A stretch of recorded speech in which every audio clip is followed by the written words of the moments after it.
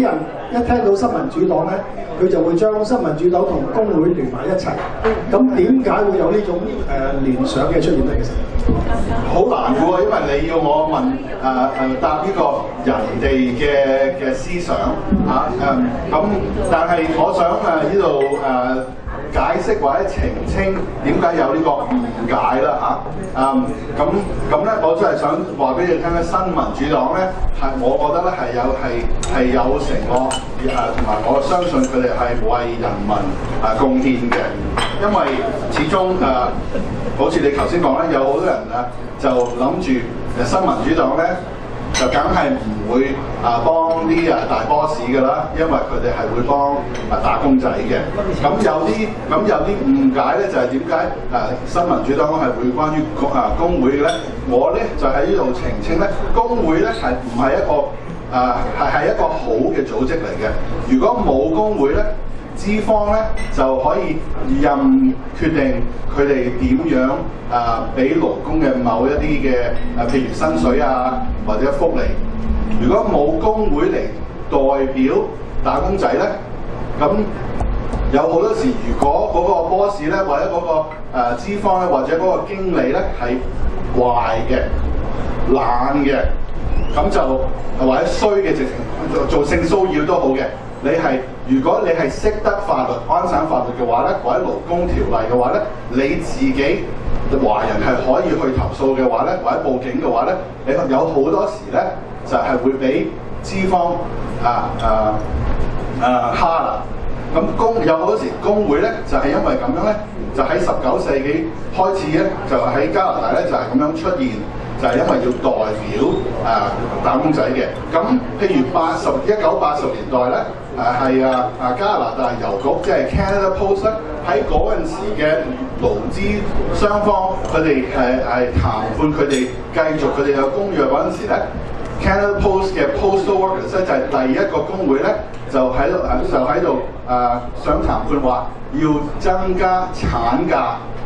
即係女士打工仔嗰啲女士需要產假嘅福利，咁喺1980年代咧，就係喺嗰陣時咧就通過咗。咁因為嗰個工會同埋 Canada Post 成功咗有合理嘅有產假之後咧，其他工會都話：嘿 Canada Post 有喎，我哋都需要。咁就係由1980年開始咧。80年代開始嗰陣時咧，就有咗長啲嘅產假啦。但係咁樣除咗嗰陣時之前咧，到世界到譬如都好似香港咁前6後4咁嘅。所以如果淨係而家去美國，如果你識得美國嘅親戚又好朋友又好美國嘅產假仲係非常之短嘅。如果你想托兒嘅咧，你一係自己放假或者自己辭職，如果唔係你要自己放假嘅。咁呢一樣嘢咧就已經非常之重要啦。咁係因為工會爭取為打工仔爭取翻嚟嘅，所以工會唔係一個壞嘅，係一個好嘅代表性嚟㗎。可唔可以答呢個回響你嘅問題咧？你答嚟啊，唔好答。回響你啱啱講完產假呢個問題，工會你啱講嘅19世紀真係手指公，大家21世紀咧，佢嘅功能去到邊度咧？第一樣，第二樣嘢，今日工會唔需要我哋嘅土頭已經將產假變咗18個月啦。你諗諗啲小僱主死得未咧？18個月，如果你公司入邊有一位啱啱生育咗嘅女員工，佢需要攞你得4個員工，佢攞18個月嘅產假，然之後佢仲要擔保佢一定翻到嚟做翻呢份工嘅。喺咁嘅情形之下，你覺得僱主係應該係咪有僱主聯會去同啲員工去討價還價咧？咁我相信工會當時存在咧係絕對有乜必要。但係今日21世紀，如果你啱舉個例嚟講咧，政府同埋勞工法咧係不斷咁成熟啦，咁係咪會幫到工會一啲工作咧？個問題係21世紀仲需唔需要工會？唔係個身份。你頭先話10個身份就需要。我個身份我哋20身份嘅轉變啊，工會嘅身份嘅轉變啊。我唔需要。譬如而家在座喺呢度翻工嗰啲伙計佢哋冇工會㗎。如果而家呢個2018年咧，有咁多散工，有個人都做合約，全部有大多數人直情自由黨聯邦嗰個嗰個財政部長都話 get used to it，get used to gates，get 呢啲人全部係冇工會嘅，所以有工會嗰啲人咧，同埋工會咧就喺度就出咗嚟，就佢哋出嚟發聲，所以就保護工會會員啦，同埋其他打工仔。如果唔係咧，始終派合約嗰啲人咧就係、你想做就做錢啊！唔係斷鐘計啦，係斷每樣 project 嚟計。你哋計，如果你真係計每個鐘頭嘅話咧，係好多時咧係剝削咗嗰啲打工仔嘅嘢嘅。但係唔好講啦嚇，我仲係從講俾你聽，產假嗰度咧係聯邦政府呢一個而家呢個自由黨聯邦政府，佢哋就增加咗6個月，但係就冇增加到福利，即係冇增加到福利，所以咧你要同聯邦政府我哋講產假傾但係我諗 Daisy 都想傾，我都想回應，我哋企喺隔離啦。好，呢啲嘢我都想回應，我唔講產假，雖然我已經有4個細蚊仔，但係咧，我只係想講咧，我哋作為父母嘅，如果帶住一批小朋友出去行摩，呢個又話想要呢樣，呢個又係想要嗰樣，我哋做父母都好中意配合佢哋嘅要求嘅，但係如果我樣樣都去碌卡。碌完之後，仲要唔單止碌卡喎，仲碌到爆晒卡，仲碌到我嗰個嘅而家房屋仲要再去抵押。我哋而家係 mortgage and remortgage 安省，我哋啲後生嘅細蚊仔咧真係好唔掂，所以我係同意我哋有好多嘢一定係要將我哋省民嘅需要係要俾佢哋，但係我哋要再將所有嘢咧衡量過點樣去做。係點樣係合乎嗰個我哋有嗰個嘅 budget 先至可以咁做。第一係咁，第二呢，我就再想講清楚啦。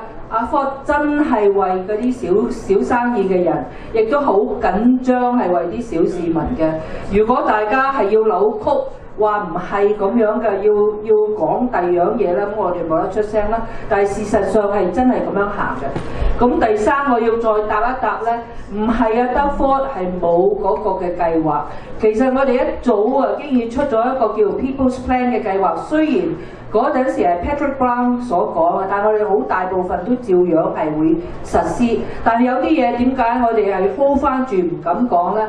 因為啊，你哋都知道嗰個嘅審計總長查下啲數嘅時候，原來咧嗰啲嘅數簿講嘅話爭咁多錢係爭一大橛嘅。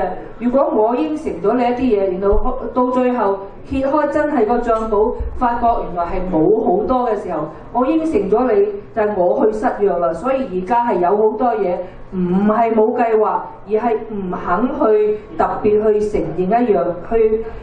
be responsible 一樣嘢，因為事實上有好多嘢係冇講清楚，冇真實嘅表達到出嚟。但係嗰樣嘢唔關我哋事，係自由黨嗰個嘅唔清楚，唔肯做佢哋應該做嘅誠述。